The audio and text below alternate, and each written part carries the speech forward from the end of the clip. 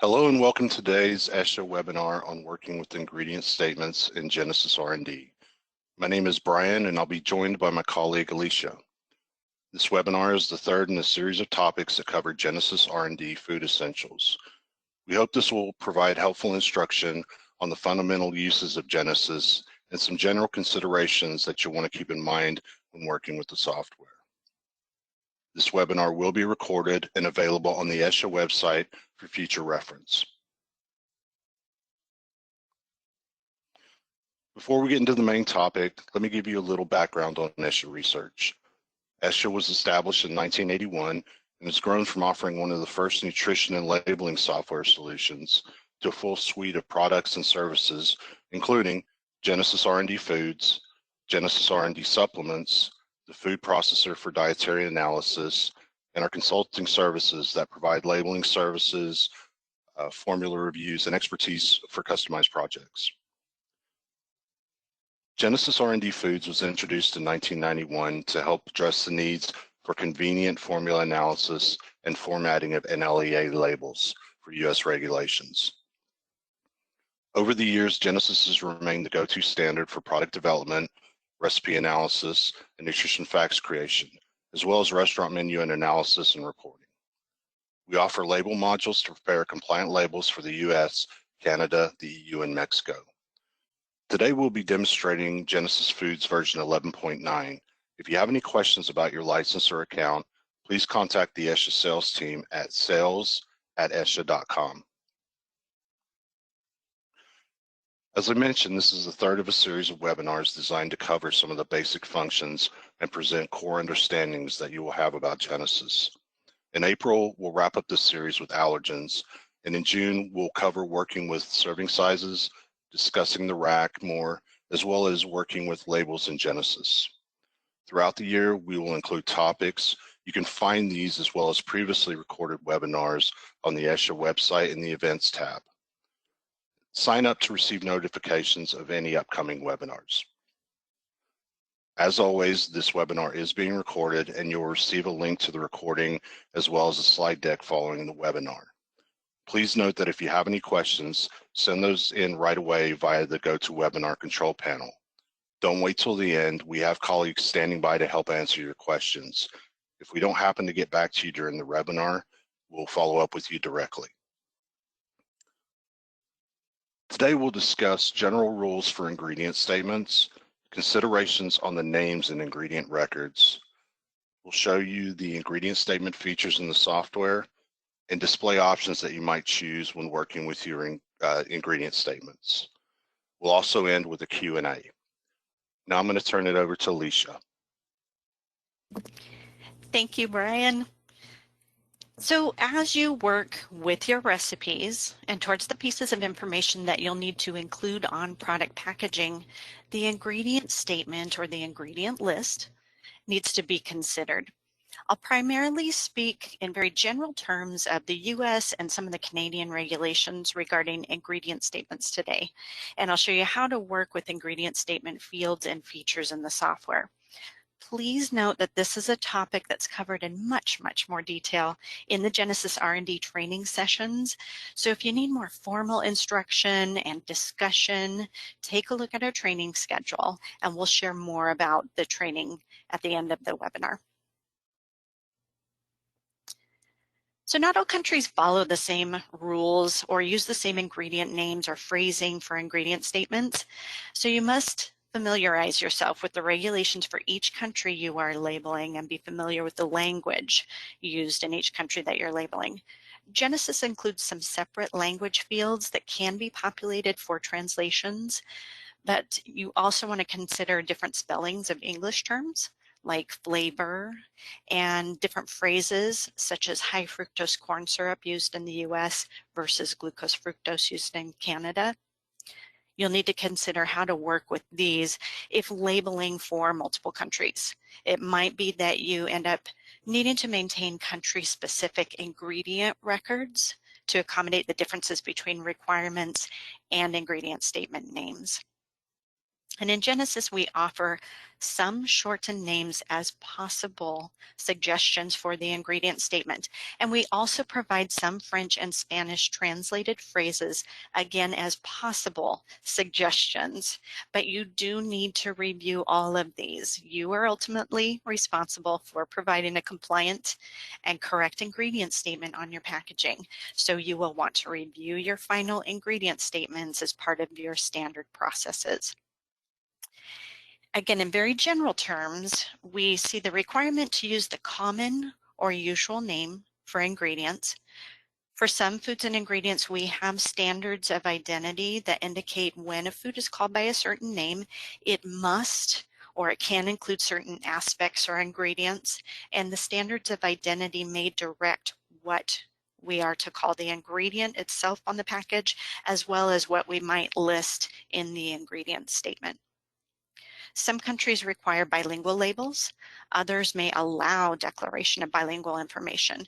So Genesis includes default settings to accommodate requirements, as well as include settings to allow for bilingual labels where appropriate.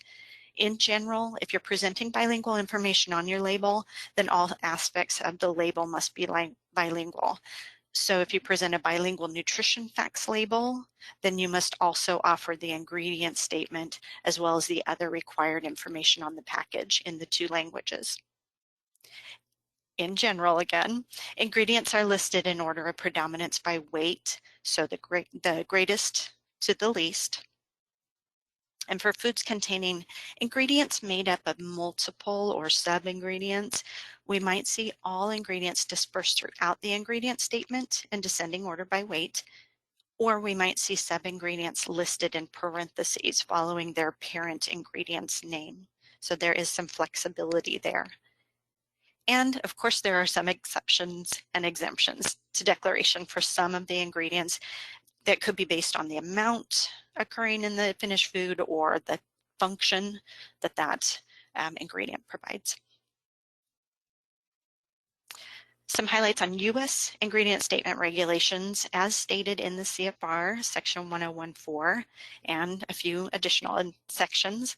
As I mentioned, we are instructed to list ingredients by common or usual name.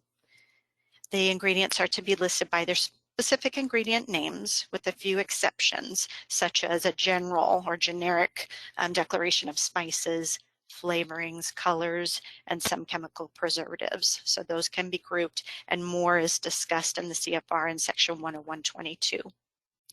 101.4 also lists allowances for the declaration of specific items like milk, whey, and eggs in their different forms. An example provided is that skim milk, concentrated skim milk, reconstituted skim milk, and non-fat dry milk may be declared as skim milk or non-fat milk. There's also direction given in 101.4 on the declaration of individual fats and oils versus the use of an and or statement in certain cases when there is a combination of oils, but the availability or the order doesn't always follow a constant pattern. We have direction on names of specific flour types, leavening agents, and there are additional specifics in 101.4 that talk about certain ingredient types. So I do encourage you again to visit the CFR section 101.4 and just familiarize yourself with the language that's used there and some of those specific examples.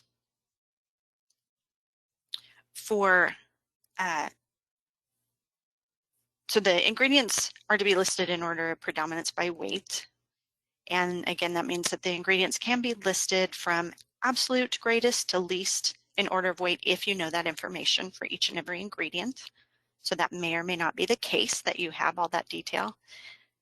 Or ingredients can be listed followed by their sub-ingredients declared in parentheses. So again, depending upon your product's makeup and the ingredient information that you obtain from suppliers, this may shape how you list your ingredients in Genesis and how they will be displayed in the product's ingredient statements. So in using Genesis regarding the ingredient statements, it's most common that you will enter supplier ingredient information with a parent name in the ingredient name field, and then followed by the sub ingredients in parentheses. There is an option to list ingredients occurring in minimal amounts in a less than statement at the end of the ingredient list, such as less than 2%, and then followed by all of those that qualify to be listed that way. And then for Canada, similarly, we have rules outlined in the FDR, as well as further explanation and examples provided on the CFIA website. So again, common name is used to declare ingredients. Ingredients are listed in descending order by weight before combined to make the food. So the Canadian guidelines provide this general idea of based on what was added to the mixing bowl. That's phrasing that they use in their description. There are ingredients and there are components. They refer to components as the ingredients that make up ingredients. So ingredients within ingredients. And like the US, the components can be listed in parentheses following the parent ingredient or dispersed throughout the list if you have that amount of detail from suppliers.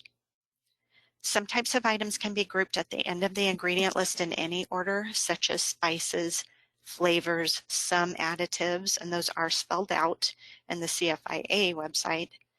And certain foods and classes of foods may use a collective or a class name, like some vegetable oils, some flavors, some spices, etc. And again, CFIA website does a wonderful job at listing these in the manner of declaration of ingredients section and some helpful charts.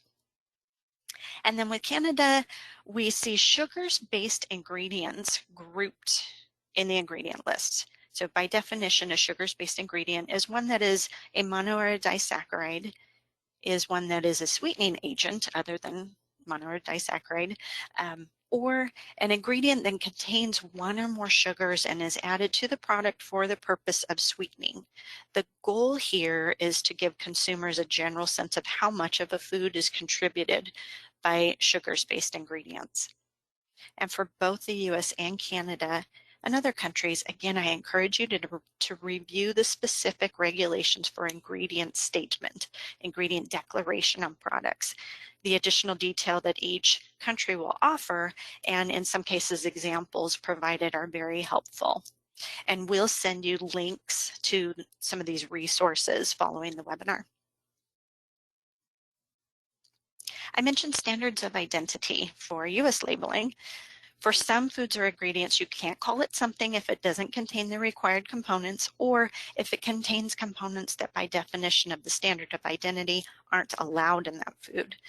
For example, with milk, just calling a food milk implies that the food is cow milk. If it's not from a cow source, then the name of the food would include additional descriptions such as goat milk, or for alternatives, we see soy milk and almond milk, etc. There's also other nomenclature often expressed on the packaging. So we see fat content referred to for milks like whole milk, 1%, 2%, and we see references to the added vitamins like A and D.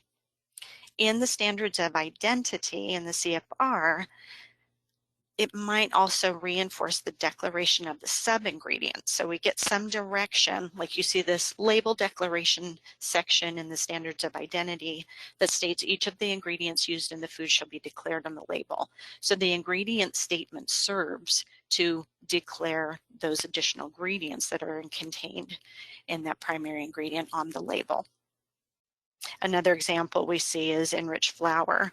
Enriched flour has a standard of identity, so when using that, we list the additional nutrients like the vitamin B that are added to the flour. So we see those listed in the ingredient statement. And like I said, we have exemptions and exceptions. So in the US, CFR section 101-100 lists some specific exemptions to declaring ingredients, such as those that are present in incidental amounts in the finished food. If an ingredient is present at an incidental level and it has no function or technical effect in the finished product, then it need not be declared in the ingredient statement. An incidental additive might be present because it's an ingredient within an ingredient, such as an anti-caking substance in a powdered ingredient. If the anti-caking ingredient is present in the finished food in an incidental amount and it provides no anti-caking function in the finished food, then it doesn't necessarily need to be declared. Or we might see examples of processing aids that fit the incidental occurrence. So processing aids are described as ingredients that are added during processing, but maybe they're removed before the product is finished, or substances that are converted into components that are typically found in the finished food, or again, added for processing purposes, but they're present in insignificant amounts and they provide no technical function for the finished food. We also see substances that might migrate from equipment to the food that fall under this incidental description.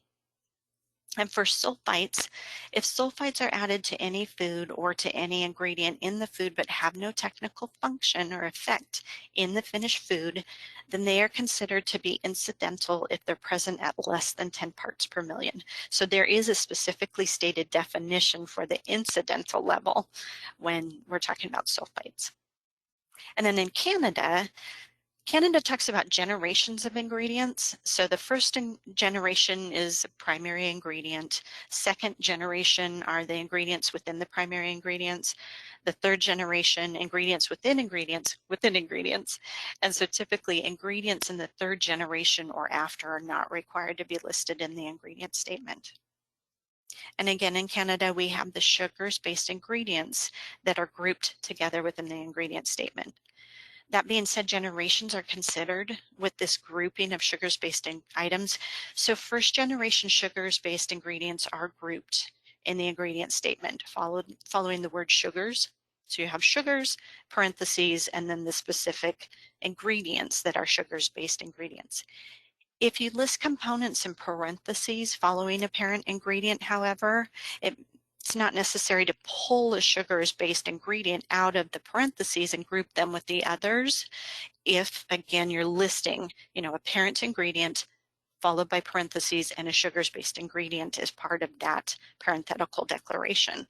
The CFIA website, again, provides some helpful examples of the grouping of sugars-based items. So you may want to check that out for some reference.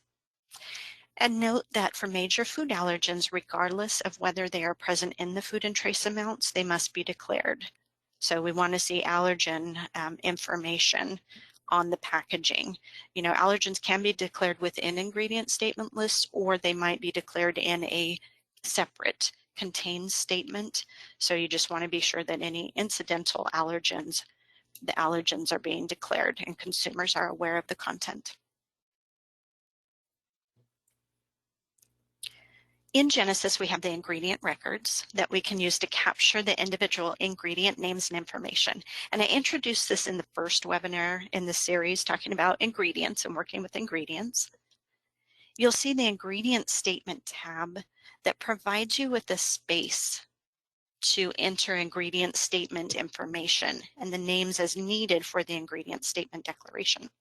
So best practice is to use these fields, the ingredient statement name, and then if it's appropriate for the item that you have, listing the sub-ingredients within the sub-ingredients field. This is just a text field, so that could be quite lengthy depending on the type of ingredient. You want to populate the ingredient statement name here, and then it may be that you'll want to work directly with the French and the Spanish translations in this record as well. So you can certainly populate those translated names as you work. And there is a hierarchy to this information. So Genesis looks at these names, the ingredient statement names, common name, and the ingredient record name, and looks to the ingredient statement names first to pull into your ingredient statement for the recipes. So if you have these fields populated, either the ingredient statement name or both ingredient statement name and the sub-ingredients, Genesis will pull that from the ingredient record and on through your recipe and into the ingredient statement.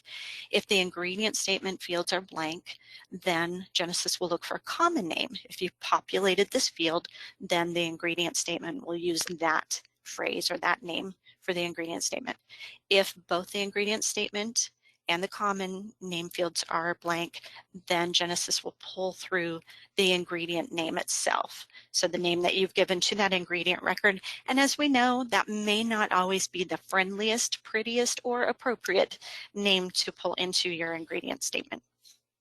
So you definitely want to consider working with those ingredient records as you enter new ingredients, add your new supplier ingredients to your Genesis, or work with the ingredients in the software, and consider how those names are going to pull forward to your recipe ingredient statements. Once you've populated your ingredient names and you've created your recipes, you can work with the ingredient statement features in Genesis. Within the recipe options, this is what the ingredient statement screen looks like. So it's broken into 3 sections. Essentially, we have this top section that is showing the recipe items, the ingredients, and their name information. This middle section is sorting the ingredients by percent weight. So this is the order of the items that you're going to see in this bottom section, which is the ingredient statement as it's taking shape. So the more you work with your ingredient names, the individual ingredient names, the more this bottom section will look as you want it to appear on your packaging. And with this top section, you can make direct edits to the names here. With the bottom section, you can also directly edit the ingredient statement as you work. And I'll show you more of that in the software.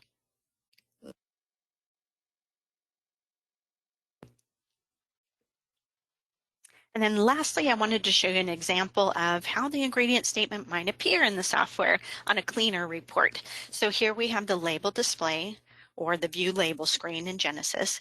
We have the label here and the ingredient statement.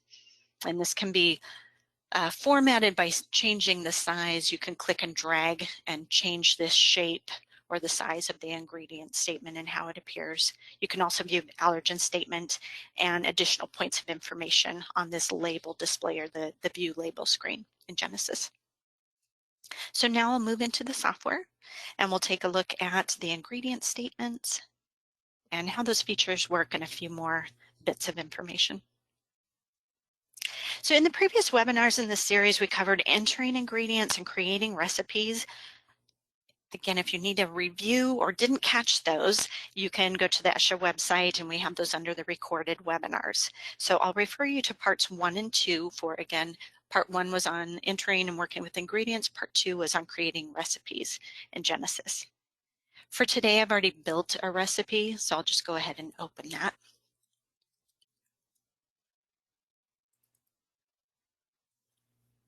We could talk a little bit more about what we're seeing here. So I have my recipe. I'm just showing the ingredient names and we've got the amounts that I've entered as I built this. It's pretty minimal information. And I do want to just recap a bit more about that, working with the individual ingredient record. So if I right click on this butter, I can choose open item. This is going to open the individual ingredient record. So this is the record just for this butter. And then again, we have the different name fields. So I've populated, of course, had to name it. I have populated the common name with a simplified or shortened or friendlier name, just a butter.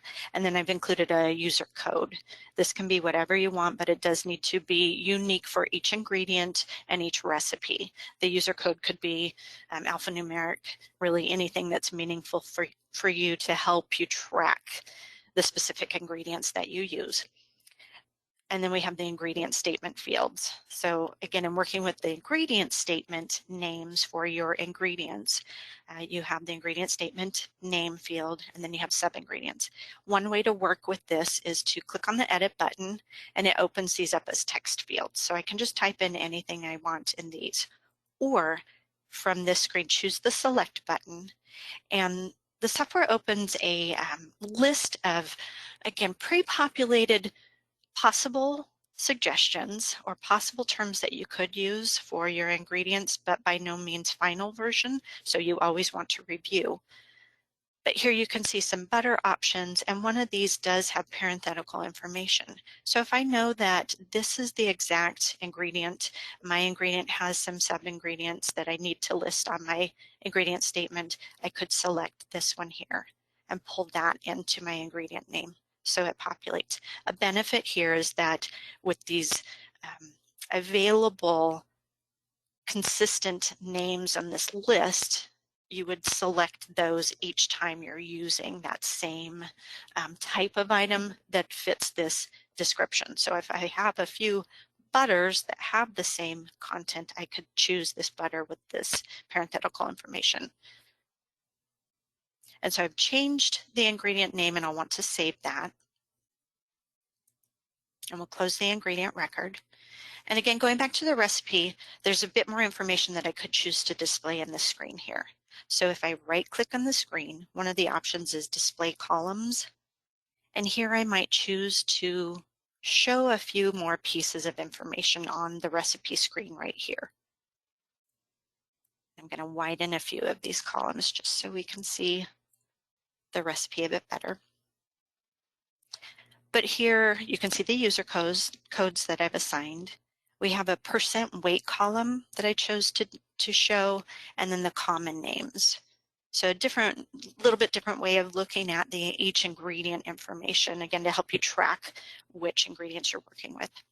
I showed the % weight column because in this view of the recipe, you could choose to sort by just clicking on the header for this column, and this places the ingredients here in descending order by weight. So this can give, kind of a general sense of what the ingredient statement might look like as I'm working through my recipe and it's sorting the ingredients by weight. And then we have the common name displayed here. So again, that friendlier, shorter name than the original ingredient names. And I do want to show you, if you go up to the Home tab, My Preferences, there is an option within the My Preferences to show or use the common name. So if I select that, you'll see the name change here to the common names that I have assigned. One way, again, this could be friendly if you just want to be a little more generic about your recipe, if you're sharing it, or just need a cleaner look to this view, you can certainly choose the common name. And then again, any of the reports where specific ingredients are listed, like the spreadsheet report here, if you use the common name, then that's what will appear on the spreadsheet report. So just another option of working with the display of how these ingredients are showing.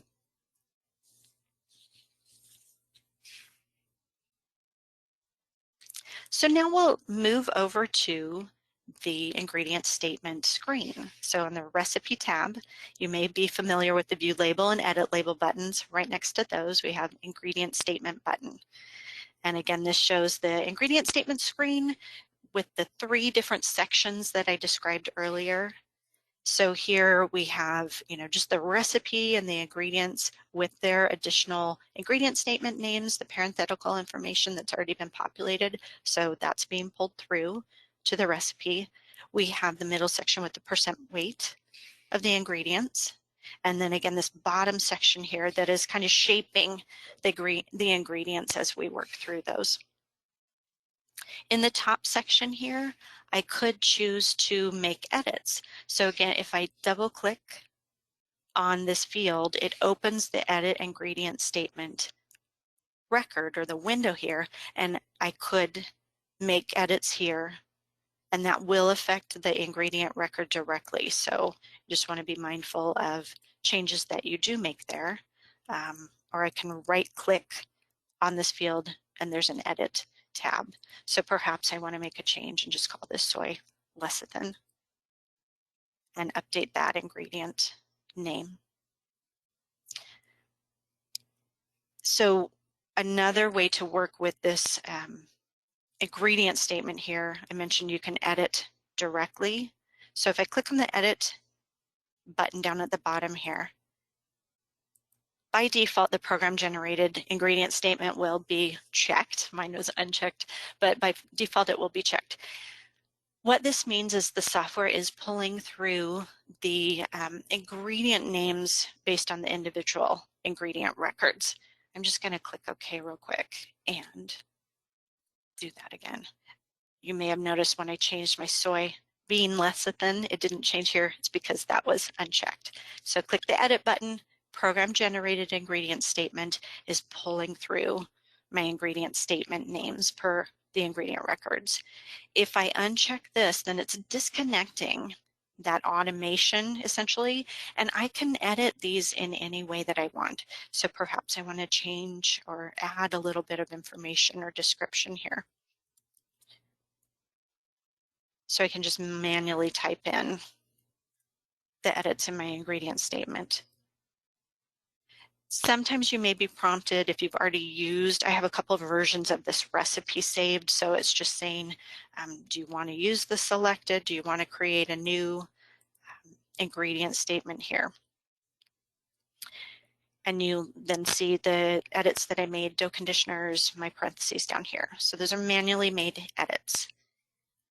Keep in mind though, with this, when you've unchecked that program generated ingredient statement option in the edit field there, if you go back to your recipe and you make any changes to the original recipe, when that edit, that program generated option is unselected, the software won't pull through any edits to the original recipe.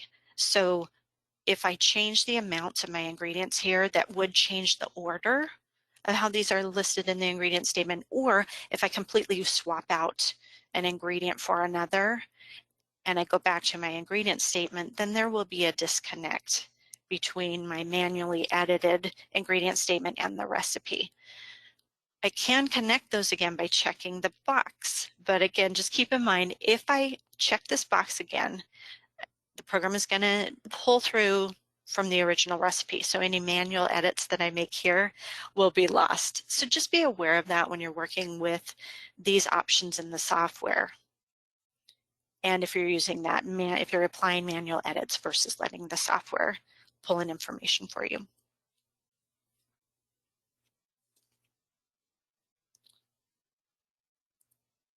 So to show a few more options, I'm going to add to the recipe here.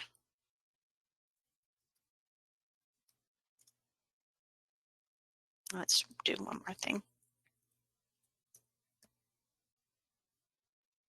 I'm just going to add a glaze to this recipe.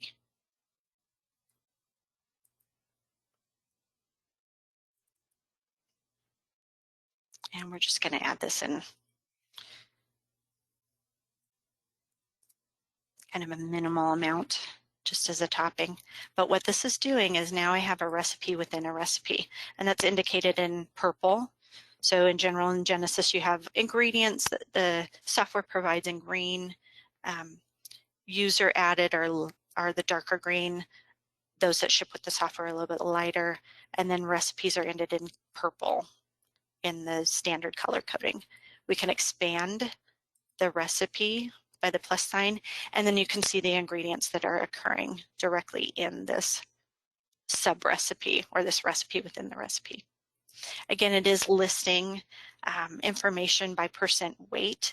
That was affected because I'm not in 100% kind of 100 gram recipe anymore, and the items will shift around appropriately. But my quantity and measure before was in sync with my percent weight because I had a 100 gram batch. Now they're reflecting the total batch record here. And then if we look at the ingredient statement, we'll see a little bit different display here, just in terms of the recipe, the sub recipe or the recipe within the recipe. So I'll expand those, and you can see again, recipe or the ingredients listed within this recipe, and then the ingredients. So I have the bread ingredients and then the glaze ingredients embedded in there. And you may have noticed a symbol shows up in front of this recipe within the recipe. If I right click here, then you can see some certain options I'll show as a single item. So I have glaze listed here. I have it in all uppercase just so it shows a little better. But here it's listing just glaze without the sub ingredients. That might be appropriate on some products for this particular case, I would want to be sure that all of the ingredients within this recipe are listed. So I can choose, again, right click and show the expanded. So here we have the glaze, and then in parentheses, the ingredients that are contained in that sub-recipe or that recipe within the recipe. And you'll see the symbol changes based on the option that I choose for these. And then the merge all. Now notice here in the middle section, we have the weights for each ingredient, including the glaze weight and then each ingredient that makes that up. When I choose merge all, a couple things happen. So in this middle section, the percent by weight is combining. So I had sugar, non-fat milk, and water occurring a few times, both in the bread recipe and in the glaze recipe. So those have combined, and now they're listed within in the proper order within the ingredient statement by combined weight. So Genesis knows how much is occurring of each of those and can make those connections based on the name, the ingredient statement name that is chosen, and then the weight that each is contributing. So some options there in displaying the ingredient statement. And then again, the view label, if I just view this screen, then you can see the nutrition facts label as you've chosen the settings in the software, and then you can work with the shape or the size of this ingredient statement here. And then I do also want to show a couple other options within the edit label settings. If you go to edit label and format options, there are a few ingredient statement related options that you could choose. One is the contains less than 2% option. So there, if I choose that option, then the statement is inserted, and then any ingredients that fall or meet that qualification of contributing 2% or less of the recipe, then those are listed appropriately. In addition to that, or related to that, when you choose that option, Genesis is placing these ingredients by default alphabetically. So it's not listing them in order, in descending order by weight. You can choose to list them sorted by predominance. So if you check that, then any ingredients in the contains less than 2% list are also sorted by weight. You know, that less than 2% option is available if you don't necessarily want to disclose, or if there's a variation. So again, like with oils or such, if you have a couple of ingredients that might trade places depending on the supplier, that allowance that contains less than 2% statement is allowed for labeling and just gives us a little more flexibility in the ingredient statement. And then another option here for the ingredient statement display in the format options is always use uppercase. So this relieves you from needing to worry about, did I type my names uppercase or lowercase or combination? This just displays them on this view in all uppercase for you. So a bit more that you can work with in the ingredient statements. And then again, I did mention possibly needing to maintain separate records for different countries' purposes.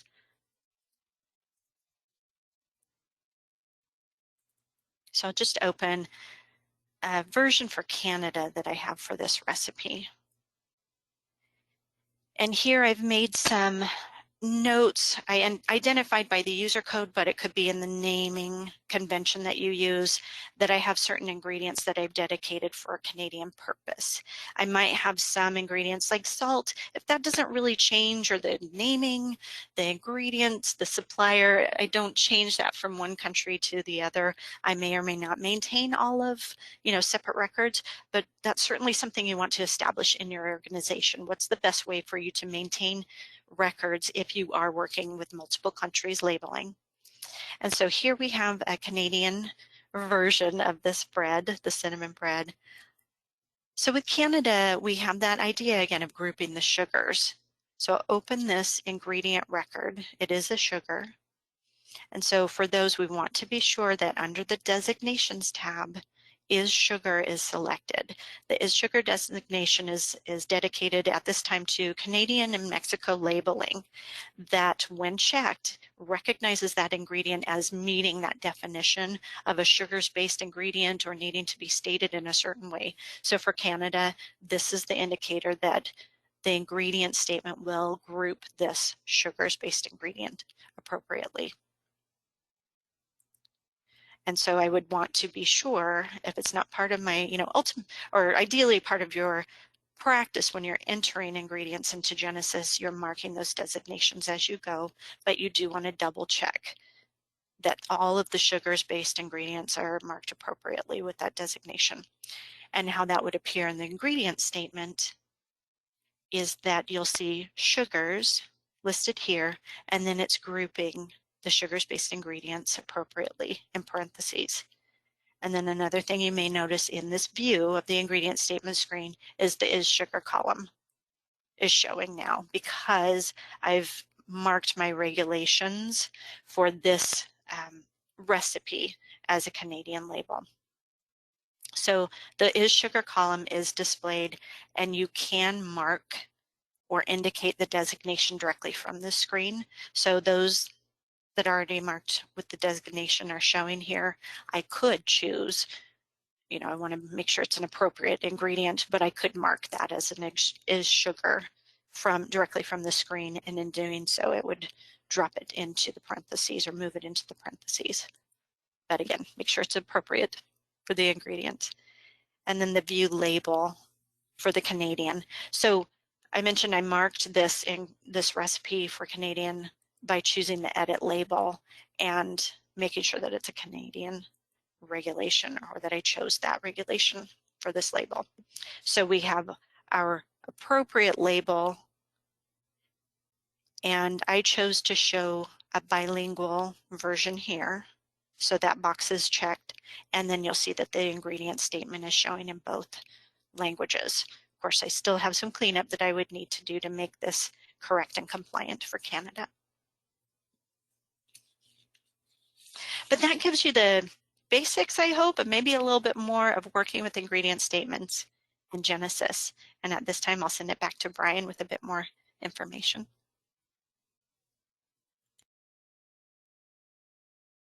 As Alicia mentioned, the Genesis R&D training dives much deeper into working with ingredient statements and more examples, and we have plenty of learning opportunities coming up. We offer 2-day professional and 1-day advanced level courses, or you can combine these into a 3-day class option. Typical training covers the fundamentals of using Genesis R&D, as well as FDA label creation and regulations. The advanced day builds upon the features and topics covered in the professional class and can be attended as a single-day option if you already have attended the professional level courses. The next training occurs in a couple of weeks. In April, we will have the Genesis R&D professional training with a focus on USDA regulated foods. In May, we're going back to the standard agenda for FDA regulated foods. Please check back to see the ESHA website for additions to the training schedule. We'll offer more throughout the year, and if your organization needs to arrange for training for your groups and specific needs, please contact training@esha.com. You can stay in touch with ESHA in a variety of ways. Refer to these contacts to reach out to our sales, support, and consulting teams. We also invite you to join us at the ESHA LinkedIn community, and you can find additional resources and subscribe to our blog and newsletter on the ESHA website. Now we'll move on to some of the questions that have come in. So the first question is, how can I access the part 1 and part 2 of the webinars? Great question, and we will send you some links to direct you to those in the follow-up email. But from within your Genesis software, there is an e-learning center button, and that takes you to this page on the ESHA website. So the e-learning center leads you to, you can search by tutorials, webinars, we have cheat sheets, ebooks, many resources for finding the latest materials and helpful information even by topic. There is a date filter, so you can sort by the newest date and that will give you information on recent webinars and then other materials that we have posted. You can also search by certain terms. So in this series, the 101 series, if I just type that in, I can see the series and the upcoming webinar included, so you can sign up for that. But the e-learning center is an easy way to find the information in those past webinars. You can also go to the events tab in Genesis or on the ESHA website, and that will give the list of the upcoming webinars and then all the recordings to the past. The next question is, how do I list the sub-ingredients of an ingredient if I don't know how much of each is in my supplier's product? And that question comes up a bit. One is that you could contact your supplier and see if they would provide you with some kind of content statement or percent formula. Some do provide that. If you obtained like a percent formula, then you would need to create a recipe in Genesis in order for Genesis to know how much of each sub-ingredient is included within their ingredient. So that is one way. It is much more common that, as I showed you with Genesis, you're going to get supplier information from your supplier for the ingredient, enter it as a single ingredient item, and then use those name fields. So the ingredient statement name and the sub-ingredients fields to populate your ingredient and then list it parenthetically. Could you address compliance for USDA regulated foods? Regarding ingredient statements, listing common or usual names and listing ingredients in descending order that still applies in general. There are some differences between FDA and USDA regulated foods. An ingredient statement is not necessarily required on like retail packages of 100% beef because it's stated in the name and there are no additional ingredients. But the CFR section 317.2 discusses the ingredient statement for USDA regulated foods, and the FSIS offers the food standards and labeling policy book, and that provides a significant list of specific USDA regulated foods, and it also includes direction on how those foods should be named, as well as what should be declared in the ingredient statement. And then, as Brian mentioned, in April, we'll have the USDA focused Genesis training. So that's going to cover some of the topics specific to USDA regulated foods. Okay, and this looks like it's going to be our final question. How do I know to use singular versus plural wording in the ingredient statement? So consider common understanding and what makes sense in the context of your ingredients. With FDA allergen guidance, the FDA does mention singular and plural terms can be used rather interchangeably, but they're speaking in terms of the allergens. But the same guidance also states that in the ingredient statement of something like a soy sauce, the sub-ingredients would use the common or usual term of soybeans in plural form. So again, consider the context and what's actually included in your foods. And then the ingredient statement information is for consumers, for consumer purposes and clear language that we want to use. So we just want to make sure that it's not confusing to consumers. Okay, it looks like that's all we have time for. Thank you for joining us today, and look for the recording of the webinar be coming to you soon. Thank you.